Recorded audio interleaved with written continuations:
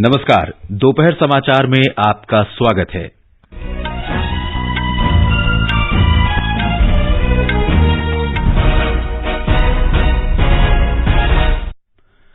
मुख्य समाचार। प्रधानमंत्री नरेंद्र मोदी ने आज ओडिशा में 8,000 करोड़ रुपए से अधिक की कई रेल परियोजनाओं का लोकार्पण किया। पुरी हावड़ा वंदे भारत एक्सप्रेस रेलगाड़ी को रवाना किया। प्रधानमंत्री ने नई दिल्ली में अंतर्राष्ट्रीय संग्रहालय एक्सपो का उद्घाटन किया। कहा, सरकार देश की समृद्ध विरासत को संरक्षित करने और सांस्कृतिक अवसंरचना निर्मित करने पर निरंतर कार्य कर रही है। अर्जुन राम मेघवाल देश के नए विधि एवं न्याय मंत्री बने। किरेन रिजिजू को पृथ्वी विज्ञान मंत्रालय का दायित्व। वरिष्ठ कांग्रेस नेता सिद्धारमैया कर्नाटक के नए मुख्यमंत्री और डीके शिवकुमार उप मुख्यमंत्री होंगे। शपथ ग्रहण समारोह शनिवार को। उच्चतम न्यायालय ने तमिलनाडु में जल्लीकट्टू खेल से संबंधित कानून को सही ठहराया। और भारत और ऑस्ट्रेलिया के बीच महिला हॉकी के 5 मैचों की श्रृंखला का पहला मैच आज एडिलेड में। दोपहर समाचार के साथ मैं देवेंद्र त्रिपाठी।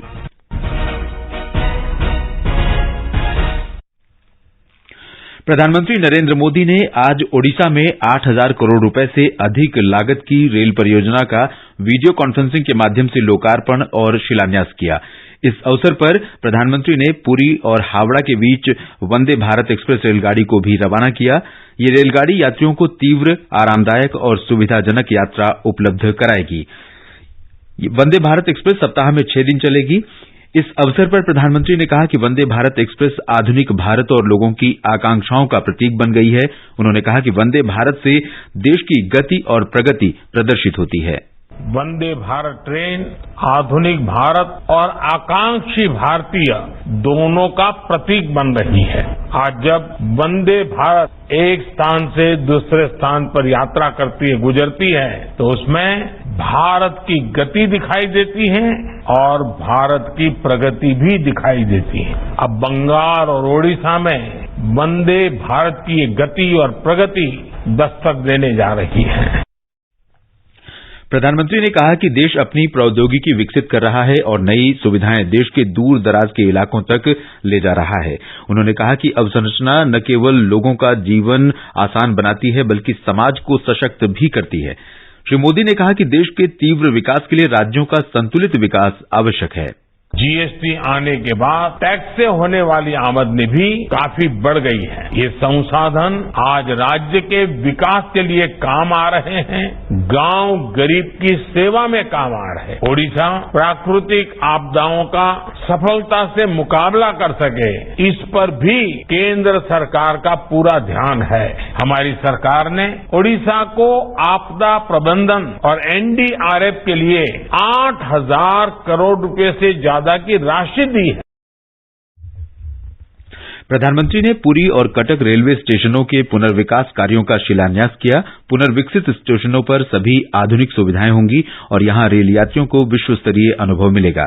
श्री मोदी ने ओडिशा में रेल नेटवर्क के 100% विद्युतीकृत भाग का लोकार्पण किया। उन्होंने संबलपुर तितलागढ़ रेल लाइन के दोहरीकरण और मनोहरपुर राउरकेला झारसुगुड़ा जांगा के बीच नई ब्रॉडगेज रेल लाइन तथा बिच्छुपली झारतरभा के बीच नई ब्रॉडगेज रेल लाइन का भी लोकार्पण किया। प्रधानमंत्री नरेंद्र मोदी ने नई दिल्ली के प्रगति मैदान में अंतर्राष्ट्रीय संग्रहालय एक्सपो 2023 का उद्घाटन किया। इस अवसर पर उन्होंने कहा कि सरकार देश की समृद्ध सांस्कृतिक विरासत को संरक्षित करने और सांस्कृतिक अवसंरचना निर्मित करने पर निरंतर काम कर रही है। प्रधानमंत्री ने कहा कि स्थानीय और ग्रामीण संग्रहालयों को बनाने पर भी ध्यान केंद्रित किया जा रहा है। भारत सरकार भी लोकल और रूरल म्यूजियम को संरक्षित करने के लिए एक विशेष अभियान चला रही है। हमारे हर राज्य, हर क्षेत्र और हर समाज के इतिहास को संरक्षित करने के प्रयास किए जा रहे हैं। हम स्वाधीनता संग्राम में अपनी ट्राइबल कम्युनिटी के योगदान को अमर बनाने के लिए 10 विशेष म्यूजियम्स भी बना रहे हैं। प्रधानमंत्री ने अंतर्राष्ट्रीय संग्रहालय एक्सपो के शुभंकर, ग्राफिक नॉवेल संग्रहालय में एक दिन, भारतीय संग्रहालय की निर्देशिका, कर्तव्य पथ के पॉकेट मानचित्र और संग्रहालय कार्ड का विमोचन किया। अंतर्राष्ट्रीय संग्रहालय एक्सपो का शुभंकर चन्नापट्टनम कला शैली में लकड़ी से निर्मित डांसिंग गर्ल का एक समकालीन संस्करण है। संसदीय कार्य और संस्कृति राज्य मंत्री अर्जुन राम मेघवाल को स्वतंत्र प्रभार का विधि और न्याय मंत्री का कार्यभार दिया गया है। श्री मेघवाल केंद्रीय मंत्री किरेन रिजिजू के स्थान पर विधि मंत्री के रूप में काम करेंगे। राष्ट्रपति भवन की विज्ञप्ति के अनुसार श्री रिजिजू अब पृथ्वी विज्ञान का कार्यभार संभालेंगे। स्वास्थ्य मंत्री डॉक्टर मनसुख मांडविया ने कहा है कि सरकार जल्द ही एक एकीकृत स्वास्थ्य नीति लागू करेगी। ये स्वास्थ्य मंत्रालय और आयुष मंत्रालय की एक संयुक्त पहल है। उन्होंने कहा कि दोनों मंत्रालयों ने इस नीति पर मिलकर काम किया है। डॉक्टर मांडविया ने आज नई दिल्ली में 2 दिवसीय राष्ट्रीय आयुष मिशन संगोष्ठी के शुभारंभ के बाद लोगों को संबोधित करते हुए ये बात कही। हम हेल्थ सेक्टर में नहीं केवल देश को लेकिन दुनिया को बहुत कुछ दे सकते हैं और आने वाले दिनों में इंटीग्रेटिव हेल्थ पॉलिसी के लिए हम दोनों मिनिस्ट्री ने वर्कआउट कर लिया है और मुझे पक्का विश्वास है कि कैबिनेट की अनुमति मिलने के बाद उसका इम्प्लीमेंटेशन किया जाएगा। तब जाके हिंदुस्तान एक इंटीग्रेटिव हेल्थ पॉलिसी पर आगे चल के देश के नागरिक का हेल्थ को सुनिश्चित करेगा और उसका लाभ केवल देश को नहीं दुनिया को भी मिल पाएगा। समय बदला है दोस्तों, दुनिया हिंदुस्तान की ओर बहुत अपेक्षा से देख रही है। इस अवसर पर केंद्रीय आयुष मंत्री सर्बानंद सोनोवाल ने भारत को आत्मनिर्भर बनाने के विचार को पूरा करने के लिए टीम इंडिया की भावना के साथ काम करने के लिए लोगों से आग्रह किया। भारत की G20 की अध्यक्षता के अंतर्गत दीव में आज वैज्ञानिक चुनौतियों और सतत नीली अर्थव्यवस्था पर अनुसंधान और नवाचार पहल समूह सम्मेलन शुरू हुआ। इस सम्मेलन का मुख्य विषय है समान समाज के लिए अनुसंधान और नवाचार। एक रिपोर्ट। सम्मेलन में 35 से अधिक विदेशी प्रतिनिधियों और 40 भारतीय विशेषज्ञों, प्रतिनिधियों और आमंत्रित भाग ले रहे हैं। बैठक के भाग रूप में आयोजित किए जाने वाले विभिन्न सत्रों में समुद्री अर्थव्यवस्था और अवसर, समुद्री प्रदूषण, तटीय और समुद्री जैव विविधता और नई और नवीनीकरण ऊर्जा जैसे कई मुद्दों पर चर्चा की जाएगी। बैठक के हिस्से के रूप में G20 की भारत यात्रा को दर्शाने वाली सप्ताह भर की प्रदर्शनी भी दीव में आयोजित की जा रही है। भारत के G20 शेर्पा अमिताभ कांत, केंद्रीय विज्ञान और प्रौद्योगिकी विभाग के सचिव डॉक्टर श्रीवरी चंद्रशेखर, संघ प्रदेश दीव दमन और दादरा नगर हवेली के प्रशासक प्रफुल्ल पटेल उद्घाटन समारोह में उपस्थित थे। अपर्णा खुन, आकाशवाणी समाचार, अहमदाबाद। ये समाचार हमारी वेबसाइट newsonair.com/hindi और हमारे mobile app news on AIR पर भी उपलब्ध हैं। दोपहर समाचार में आपका फिर स्वागत है। कांग्रेस नेता सिद्धारमैया कर्नाटक के अगले मुख्यमंत्री होंगे। नई दिल्ली में मीडिया को संबोधित करते हुए पार्टी महासचिव केसी वेणुगोपाल ने बताया कि कर्नाटक कांग्रेस अध्यक्ष डीके शिवकुमार उप मुख्यमंत्री के रूप में काम करेंगे। श्री वेणुगोपाल ने कहा कि शिवकुमार संसदीय चुनाव तक कर्नाटक प्रदेश कांग्रेस समिति के अध्यक्ष भी बने रहेंगे। मुख्यमंत्री और उप मुख्यमंत्री तथा मंत्रियों के रूप में कुछ विधायकों का शपथ ग्रहण समारोह शनिवार को निर्धारित किया गया है। इस बीच कर्नाटक कांग्रेस विधायक दल की बैठक आज शाम बेंगलुरु में होगी। कर्नाटक कांग्रेस अध्यक्ष डीके शिवकुमार ने शाम 7:30 बजे विधायक दल की बैठक बुलाई है। उच्चतम न्यायालय ने तमिलनाडु सरकार के जल्लीकट्टू खेल से संबंधित कानून को सही ठहराया है। न्यायाधीश के.एम. जोसेफ की अगुवाई में 5 न्यायाधीशों की एक संवैधानिक पीठ ने बैलगाड़ी दौड़ से संबंधित महाराष्ट्र के कानून को भी सही कहा है। पोंगल उत्सव के दौरान तमिलनाडु में जल्लीकट्टू खेल आयोजित किया जाता है। संवैधानिक पीठ ने जल्लीकट्टू और बैलगाड़ी दौड़ को अनुमति देने वाले तमिलनाडु तथा महाराष्ट्र के कानून को चुनौती देने वाली याचिकाओं पर अपना फैसला सुनाया। न्यायालय ने पशुओं से जुड़े खेलों से संबंधित कर्नाटक सरकार के इसी प्रकार के कानून को भी वैध ठहराया है। अमेजन वेब सर्विस ने वर्ष 2030 तक भारत में क्लाउड अवसंरचना में $12.7 बिलियन निवेश करने की घोषणा की है। अमेजन वेब सर्विस ने कहा है कि भारत में डाटा सेंटर अवसंरचना में सुनियोजित निवेश प्रत्येक वर्ष भारतीय व्यवसाय में 1,31,700 औसत नौकरियों को समर्थन देगा। ये प्रस्तावित निवेश ऐसे समय में आया है जब भारत बड़ी कंपनियों के निवेशों को आकर्षित करने का प्रयास कर रहा है। मध्य प्रदेश में उज्जैन के पास मक्सी रोड पर एक सड़क दुर्घटना में 5 लोगों की मौत हो गई है और 15 अन्य घायल हुए हैं। कानपुर से अहमदाबाद जा रही बस विपरीत दिशा से आ रहे कंटेनर से टकरा गई। घायलों को नजदीकी अस्पताल में भर्ती कराया गया है। संयुक्त राष्ट्र ने आगाह किया है कि आने वाले 5 वर्षों में सबसे अधिक गर्मी पड़ने की संभावना है। संयुक्त राष्ट्र के विश्व मौसम विज्ञान संगठन ने कहा है कि अल नीनो और ग्रीन हाउस गैसों के संयुक्त प्रभाव के कारण तापमान में वृद्धि होगी। संगठन ने कहा कि 2027 तक वैश्विक तापमान में 1.5 डिग्री सेल्सियस की वृद्धि होने की अधिक संभावना है। जम्मू कश्मीर में पश्चिमी विक्षोभ तूफान का रूप ले सकता है। मौसम विज्ञान विभाग के अनुसार इसके प्रभाव से देश के पूर्वोत्तर भागों अरुणाचल प्रदेश, असम, मेघालय, मणिपुर, मिजोरम और त्रिपुरा में हल्की से सामान्य वर्षा होने की संभावना है। पश्चिम बंगाल के तराई वाले क्षेत्रों और सिक्किम में भी कुछ स्थानों पर तेज वर्षा हो सकती है। ये समाचार आकाशवाणी से प्रसारित किए जा रहे हैं। ताजा समाचार जानने के लिए आप हमारे Twitter handle @AIR News Hindi को फॉलो कर सकते हैं। ये आकाशवाणी है।